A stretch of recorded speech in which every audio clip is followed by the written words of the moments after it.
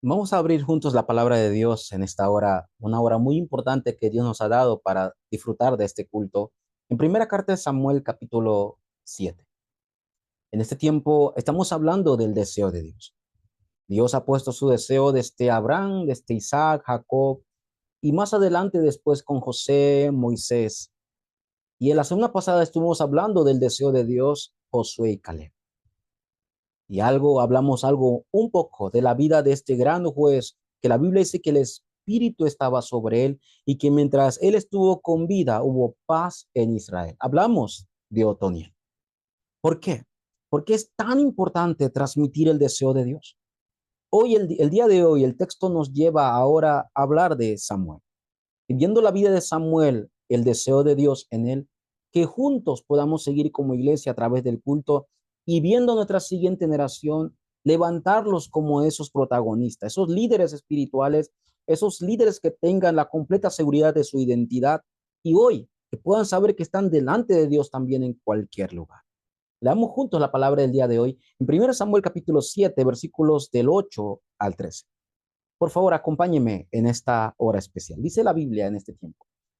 Entonces dijeron los hijos de Israel a Samuel, no ceses de clamar por nosotros a Jehová nuestro Dios, para que nos guarde de la mano de los filisteos. Y Samuel tomó un cordero de leche y lo sacrificó entero en holocausto a Jehová. Y clamó Samuel a Jehová por Israel, y Jehová le oyó. Y aconteció que mientras Samuel sacrificaba el holocausto, los filisteos llegaron para pelear con los hijos de Israel. Mas Jehová tronó aquel día con gran estruendo sobre los filisteos y los atemorizó y fueron vencidos delante de Israel. Y saliendo los hijos de Israel de Mizpa, siguieron a los filisteos, hiriéndolo hasta abajo de Betcar. Y tomó luego Samuel una piedra y la puso entre Mizpa y Sen, y le puso por nombre Ebenezer, diciendo, hasta aquí nos ayudó Jehová. Así fueron sometidos los filisteos y no volvieron más a entrar en el territorio de Israel. Y la mano de Jehová estuvo contra los filisteos todos los días de Samuel. Este gran profeta y gran hombre de Dios, Dios lo levantó en su época también. ¿Pero para qué? Para que cumpla su deseo. Una vez más lo hemos repetido y recalcado, el deseo de Dios no ha cambiado. Dios, su poder y su palabra son eternos. Por eso como iglesia, como obreros, como discípulos, en la introducción no debemos olvidar algo. Como iglesia, principalmente como iglesia, como el cuerpo de Cristo, hay que ver la realidad de la época. Hay una realidad presente que es obvia, pero hay una realidad de la época que hoy no podemos olvidar. No podemos nosotros ver esta realidad sin más. ¿Cuál es la realidad que está sucediendo? Y esto no viene de ahora, viene de muchos años, pero ahora se ve más palpable. Primero, las iglesias se están dividiendo. Esto antes se veía mucho en Europa o en Estados Unidos. Ahora ya es natural. Inclusive, déjeme decirlo, en lo que es en los seminarios de tribu, en los grupos indígenas, en las iglesias también está sucediendo. Hoy en día, por diferencias entre pastor y líderes, los líderes se separan de su pastor y levantan una iglesia nueva. Esto está sucediendo ahora. Abramos los ojos, iglesia. Segundo, por esa causa de la división, los templos también se están cerrando. Y no hablamos que templos se cierran y se destruyen. Hablamos de templos que usted va a Europa, a Estados Unidos, están intactos, la estructura física. Pero cuando usted va adentro, usted entra, usted se da cuenta que ese templo donde antes se alababa a Dios, ahora es un restaurante. El templo donde antes las bancas se utilizaban para congregarse y dar gloria a Dios, ahora son bancas para lo que es cantina. De verdad, discotecas se han vuelto. Antes esto se veía en Estados Unidos, pero ahora se ve palpable ahora en nuestros países y esto en los grupos indígenas también. Esto se está sucediendo ¿por qué? ¿Por qué los templos se están cerrando? ¿Porque no hay dinero? Claro que hay. En Estados Unidos hay mucho dinero, pero se están cerrando los templos iguales. La estructura está muy pequeña, no, son estructuras gigantescas con departamentos, ni se diga cómo está el templo precioso. Pero ¿por qué se están cerrando? La triste realidad es que ya no hay personas que están continuando. Por eso el mayor problema de las iglesias divididas y los templos cerrándose es que no hay una generación, no hay una siguiente generación que tome la batuta del evangelio y continúe la obra. Iglesia, líderes, padres, ¿qué legado estamos dejando? Por eso la semana pasada, obreros, le enfaticé, tenemos que dejar la herencia, la obra maestra eterna a nuestra siguiente generación. Necesitamos levantar una generación de tres cosas como la habíamos compartido la semana pasada. Esta generación, igual nosotros no podemos olvidarlo y siempre tenerlo en toda nuestra vida. Primero, el valor del evangelio. No es cualquier evangelio que Dios nos ha dado, es el evangelio de Jesucristo. Son las buenas noticias, las buenas nuevas de gran gozo. Pablo lo llamó mi evangelio y Pablo al transmitirla a Timoteo le dijo conforme a mi evangelio. ¿Por qué? Porque ese es el valor que tenemos que tener. No hay nada que se compare en este mundo con el evangelio. El evangelio es todo, es completo y suficiente. Eso hay que transmitirlo como valor a la siguiente generación. También hay que enseñarles y también junto con ellos en el campo a disfrutar de Emmanuel. Emmanuel, ¿qué quiere decir? Dios está con nosotros. Dios está conmigo. ¿Eso qué significa? Eso es la oración. La oración es disfrutar de la compañía, del deseo de Dios que está conmigo. No olvide que usted, si usted es salvo, el Espíritu Santo mora en usted. El Espíritu Santo guía su vida y el Espíritu Santo obra en su vida. Esto es la oración. Entonces, en otras palabras, fuimos nacidos del Espíritu, somos personas que fuimos sellados por el Espíritu, pero también somos personas que debemos ser llenos del Espíritu Santo. Esto es lo más importante que debemos transmitir a esa generación, porque si no, lo mismo que está ocurriendo en esta época, en nuestro futuro no tan lejano, empeorará y continuará. Oremos por esto, que seamos la iglesia que podamos transmitir el deseo de Dios hasta nuestra siguiente generación y mirando la posteridad. Por eso el día de hoy tenemos un comienzo. Ese es el primer punto importante en todos los mensajes. El comienzo es importante. Y el comienzo, ¿cómo lo llamamos? La plataforma. El lugar importante donde se van a levantar esa generación. Nuestra generación aprende, no olvide, 80% aprende con lo visual, viendo. Por eso nuestra siguiente generación tiene que ver el modelo ahora entre nosotros como líderes y obreros que estamos guiando la iglesia en esta época. Y por eso, para inicio, yo quiero hablar de Ana. Ana, una mujer muy entregada a Dios. Sí, una mujer que cada año iba a orar, a hacer culto, a hacer sacrificios a Dios. La historia bíblica habla que Ana tenía un esposo llamado Elcana, pero Elcana también tenía otra mujer llamada Penina. Y la Biblia dice que Penina tenía hijos, mientras que Ana no podía. Para esa época era terrible y prácticamente lo veían como una maldición no tener hijos. Es algo muy triste. ¿Se imagina? El Cana le dice cada año, ¿por qué estás triste, Ana? ¿No soy mejor yo que 10 hijos? ¿Será que es malo orar por tener hijos? No. Realmente el problema no era tener hijos, porque es la bendición de Dios. El problema era el motivo por la cual Ana quería un hijo. Ahí está el núcleo, líderes. El problema no es la oración, sino el motivo o el título de oración que tenemos nosotros. Ana, ¿por qué oraba? Por tener un hijo. ¿Pero para qué? ¿Para qué era? Era para también enseñar a Penina. En otras palabras, era un motivo propio, era un beneficio propio. Y muchas personas tienen oraciones así. Oran solamente por su beneficio, oran solamente por su pensamiento o para mostrar a las personas. Piensen en el tema de oración que tienen. La mayoría es dame o solamente pido para mí. Debemos cambiar el tema de oración. Y Ana lo hizo. Cuando usted lee 1 Samuel, capítulo 1, versículo 11, la Biblia dice, e hizo voto, promesa, un pacto, diciendo, Jehová de los ejércitos, si te dignares de mirar la aflicción de tu sierva y te acordares de mí y me acordares de mí y no te olvides de tu sierva, sino que dieres a tu sierva un hijo varón, yo lo dedicaré a Jehová todos los días de su vida. Cambió el tema de oración de Ana. Ahora Ana oraba por un hijo, pero un hijo con el pacto, un hijo para entregarlo todo para el deseo de Dios. Esta oración no solamente Ana oró en su presente, sino que esta oración tanto cambió que es una oración que trasciende el tiempo y el espacio. ¿Por qué digo esto? Porque ya no estaba orando por un hijo para él, sino un hijo que iba a servir a Jehová toda su vida. O sea, iba a pasar la época, iban a pasar los años hasta que Samuel muriera, iba a vivir para Dios. Esa es la oración que tenemos que tener ahora, padres y líderes y maestros, la oración que trasciende el tiempo y el espacio.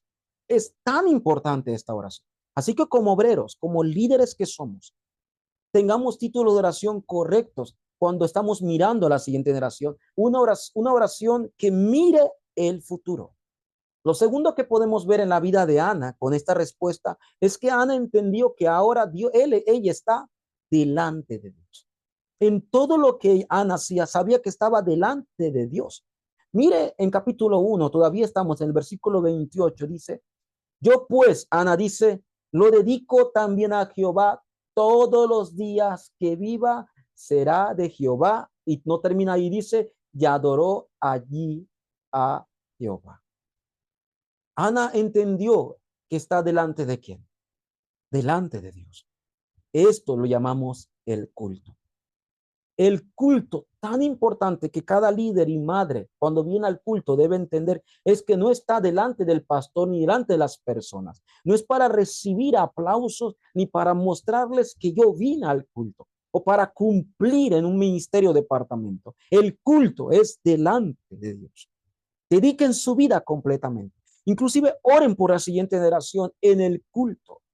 Y lo tercero que Ana tenía es que la confesión de su vida cambió. Antes Ana, su confesión era todo crítica, todo era lágrimas. Ahora la confesión de vida de Ana se transforma en una alabanza. Y Ana canta en capítulo 2, pero la confesión del contenido es lo que más marca ahora con lo que vamos a ver. Sí, Ana habla ahora, en capítulo 2, versículo 1, dice, mi corazón se regocija en Jehová, mi poder exalta en Jehová, mi boca se ensanchó sobre mis enemigos, por cuanto me alegré en tu salvación. Ana está feliz, todo cambió. Por eso es tan importante nuestro tema de oración. Y como oremos y saber que está delante de Dios, todo nuestro culto, nuestra actitud, todo empieza a cambiar. Pero Ana habla algo más en el versículo 10 y quiero leerlo. Delante de Jehová serán quebrantados sus adversarios, y sobre ellos tronará desde los cielos. Jehová juzgará los confines de la tierra y dará poder a su rey y exaltará el poderío de su ungido. Hago esta pregunta. ¿Acaso Ana hablaba de un rey en esa época? Todavía no había reyes. El rey Saúl, que era el primer rey, no había sido escogido. Entonces, Ana, ¿a qué rey se refiere aquí? Ana está mirando el futuro.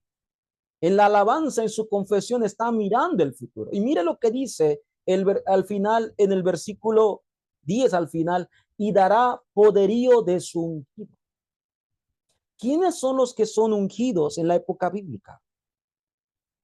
Apartados, que son ungidos con aceite. ¿No le llama la atención?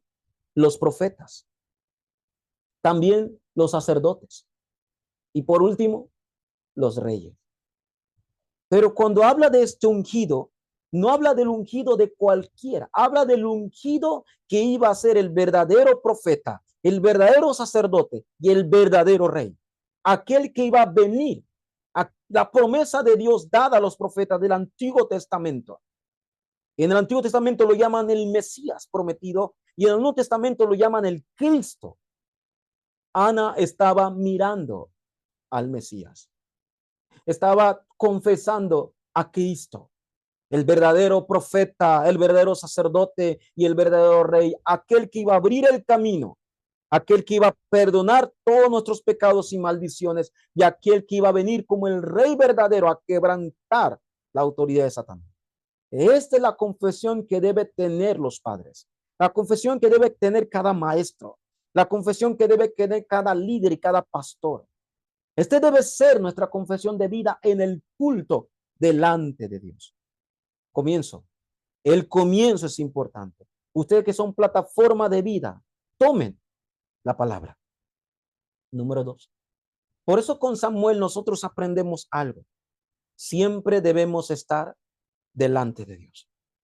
Samuel comprendió esto desde pequeño, delante de Dios.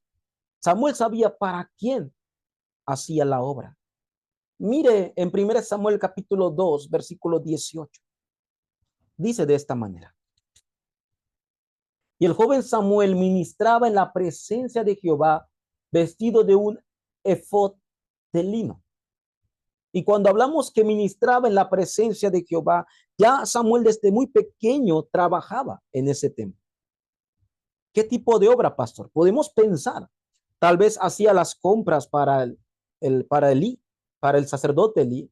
Tal vez se encargaba de los vestidos. Tal vez se encargaba de tareas pequeñas. Pero Samuel sabía delante de quién lo estaba haciendo. Nuestro remanente, nuestra siguiente generación debe entender esto primordialmente. Delante de Dios. Que no solamente tengan un pensamiento que venir al culto, al templo, es un pensamiento de divertirse. Sí, claro. Es un pensamiento para estar juntos. Sí, claro. Pero siempre delante de Dios. Cuando ellos desde pequeño comprenden esto, grandes respuestas habrán en su vida, porque no importa en qué iglesia sirva o qué iglesia pequeña o grande o tal vez humilde, ellos sabrán que lo hacen delante de Dios. Y en 1 Samuel 2:26 dice, y el joven Samuel iba creciendo e era acepto delante de Dios y delante de los hombres. Hay que levantar una generación de esta manera, que ellos sepan que no están centrados en otra cosa, están delante de Dios. Por eso, remanentes, maestros, levantemos a la siguiente generación que no, como nosotros estemos centrados en qué, centrados en Dios, centrados en la palabra, centrados en el culto, centrados en la iglesia, pero también centrados en el pastor. Sí, obreros. ¿Por qué? Porque estar delante de Dios no es recibir aplausos de nadie, es delante de Dios. Estar centrado en la palabra es la razón por la que vengo. La palabra de Dios es la que nos da la dirección en el culto. Centrados en el culto es que toda la gloria es para Él. Mi gloria no es nada, no tengo nada que ver conmigo. Somos siervos. Toda la gloria es para Dios. Y centrados en la iglesia, mi vida, mi devoción, mi ministerio, todo sea en la iglesia local que Dios me ha levantado. ¿Y por qué centrado en el pastor? Porque fue el escogido por Dios. Es el que Dios levantó y llamó en esa iglesia. Y por eso servir al evangelista, al pastor es una gran bendición. Sí, tan importante enseñar esto a nuestra siguiente generación. Y la Biblia dice que Samuel ministraba. Y eso que Elí todavía era el encargado. Samuel, cuando escuchó en capítulo 3, ¿recuerdan la voz? La Biblia dice que fue corriendo donde Elí le dijo, habla, que tu siervo escucha, porque Samuel estaba delante de Dios, pero estaba centrado también en el ministerio que Dios le había dado y recibía la guía de Elí. Remanente, es muy importante, jóvenes asistentes, muy importante estar centrado en el pastor, recibiendo la guía a través de la palabra, porque es la persona que Dios ha llamado y levantado en ese lugar. Samuel también entendió que fue escogido por Dios. Nosotros tenemos que entender esto. Y nuestra siguiente generación debe entender esta gracia. Dice en 1 Samuel 2:35, dice, y yo me suscitaré un sacerdote fiel que haga conforme a mi corazón, está hablando Dios, y a mi alma, y lo edificaré casa firme y andará delante de mi ungido todos los días. Dios está hablando en el futuro. Los hijos de Elí, Ofnis y Fines, son los que deberían tomar el ministerio sacerdotal después de Elí. Pero la Biblia nos habla del pecado de estos hijos, del desastre que hicieron en el culto, de cómo se burlaron de las ofrendas también. Y Dios dice, yo levantaré ahora a un sacerdote fiel, conforme a mi corazón, dice Dios. ¿De quién está hablando? De Samuel. Nuestros remanentes, nuestra siguiente generación, tiene que estar privilegiada, que fueron llamados y escogidos por Dios en su gracia. Y por último, estamos levantar nuestra siguiente generación como los remanentes que han quedado también y quedarán y harán que otros queden, que estén disfrutando el día de hoy. Que su día a día disfruten de las bendiciones que Dios le ha dado también, sea que trabajen, sea que estén en el servicio en la iglesia, sea que estén en el campo o en cualquier lugar, que ellos puedan disfrutar de ese día a día. ¿De quién estamos hablando? De Samuel todavía. Él disfrutó el día a día. En 1 Samuel capítulo 3, versículos del 19 al 21, son textos muy conocidos, pero dice algo importante. Y Samuel creció y Jehová estaba con él y no dejó caer en tierra ninguna de sus palabras. Y todo Israel, desde Dan hasta Beerseba, conoció que Samuel era fiel profeta de Jehová, y Jehová volvió a aparecer en Silo, porque Jehová se manifestó a Samuel en Silo por la palabra de Jehová. No podemos ver tres cosas que Samuel vivía en su diario vivir en su época. Primero dice la Biblia que Dios estaba con Samuel. Eso es Emmanuel, ¿verdad? Entonces Samuel disfrutaba la oración, disfrutaba estar delante de Dios. Pero también dice la Biblia que desde Dan hasta Beerseba, todos sabían que Samuel era fiel profeta. O sea, Samuel era testigo del poder de Dios en el campo. Eso no es el evangelismo, ser testigo de la vida y el poder. Pero también la Biblia dice que por la palabra de Jehová, Dios aparecía por la palabra de Samuel en todo lugar. Y la Biblia dice al final que ninguna palabra de Samuel cayó en tierra. O sea que Samuel también se aferró a la palabra que Dios le da. Cada líder, cada creyente, cada siguiente generación debe aferrarse a la palabra del día de hoy, a la oración del día de hoy y al testigo, ser testigos o el evangelismo que Dios me ha dado en ese campo. Samuel fue testigo de estas tres cosas. Y en su lugar, en todo campo, en todo lugar, la gente lo conocía. Hasta la Biblia dice que desde Dan hasta Beerseba. Levantemos nuestra siguiente generación, que estén delante de Dios. Y por último, el deseo de Dios. Hemos dicho que el deseo de Dios no cambia. El deseo de Dios es que todos los pueblos, naciones conozcan quién es Jehová. ¿Recuerdan la historia de Rahab? Hasta ese punto en Jericó llegó el rumor de este Dios que dividió el Mar Rojo. De igual manera, el deseo de Dios no ha cambiado. Y esta es la historia que hablamos, que ocurrió en Mizpa, cuando leímos el texto bíblico del día de hoy. Hoy queremos enfatizar dentro del movimiento de Mizpa este punto. Primero, ¿qué podemos ver nosotros en este lugar en Mizpa? Se levantaron tres tipos de movimientos en Mizpa. Y ese tipo de movimiento se tiene que seguir levantando porque ahí está el deseo de Dios. Primero, podemos ver el movimiento del poder de la palabra. Sí. Mire 1 Samuel capítulo 7, versículo 3. Dice, habló Samuel a toda la casa de Israel diciendo, si de todo Jehová vuestro corazón os volviereis a Jehová, quitad los dioses ajenos y astaró de entre vosotros y preparad vuestro corazón a Jehová y solo a él serví y os librará de las manos de los filisteos. Y la Biblia dice que en el versículo 4 que los israelitas hicieron conforme a lo que hizo Samuel. O sea, tan importante es la palabra. Por eso nosotros, dentro del deseo de Dios, debemos estar seguros que solo la palabra puede cambiar el estado de una persona. Puede cambiar su destino, puede cambiar su estado espiritual. Solo la palabra puede transformar a las personas. No yo, no mi conocimiento, solo la palabra. Este movimiento de la palabra impactó a todo el pueblo de Israel, que cuando Samuel le dijo, vayan a Mizpa, ellos fueron a Mizpa, conforme a la palabra que Dios le dio a Samuel. Y el segundo movimiento que podemos ver es el movimiento de la oración. ¿Por qué? Porque en el versículo 5 dice, y Samuel dijo, reunid a todo Israel en Mizpa y yo oraré por vosotros. Y después dice la Biblia en versículo 6, dice, versículo 8 dice, los hijos de Israel dijeron a Samuel, no ceses de clamar por nosotros a Jehová nuestro Dios para que nos guarde de la mano de los filisteos. El movimiento de la oración es tan importante también.